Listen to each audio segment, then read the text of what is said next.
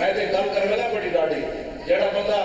تبرک تقسیم ہو رہے ہوئے تے چھاڑ مار کے لفافہ کے جا رہے ہوئے درمیان وچ نپ لوے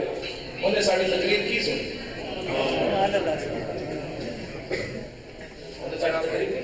وہ تے اتنا شاپر لینا ہے ساری تقریر تو بعد بھی جناب وہ میں نے دینی ہوئے وہ میں نے دینی ہوئے میرے تے ایک بیمار آدمی پشاور تو ہی بھوکا واپس آ جائے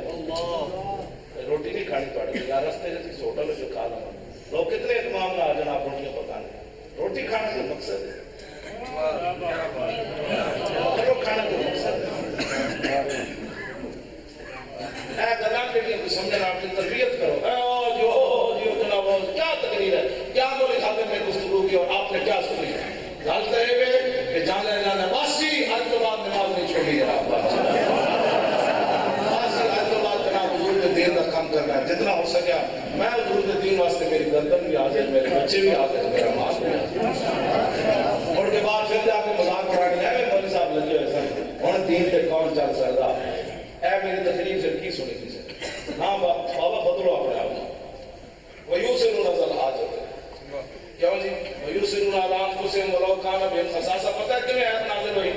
ایک میرے آقا مولا کو مہمان ہے تو حضور نے فرمایا کون لے جائے گا ایک صحابی نے کہا جی میں لے جاؤں باقی دی میں خدمت کار جب پہنچے تو بیوی کو پوچھا کچھ ہے انہوں نے کہا کچھ بھی نہیں چھوڑو جی روٹی سی اور بچہ واسطے تھوڑے واسطے اتنی انہوں نے کہا چھوڑ بچے کو سوا دے آج مہمان حضور نے روٹی کھوانی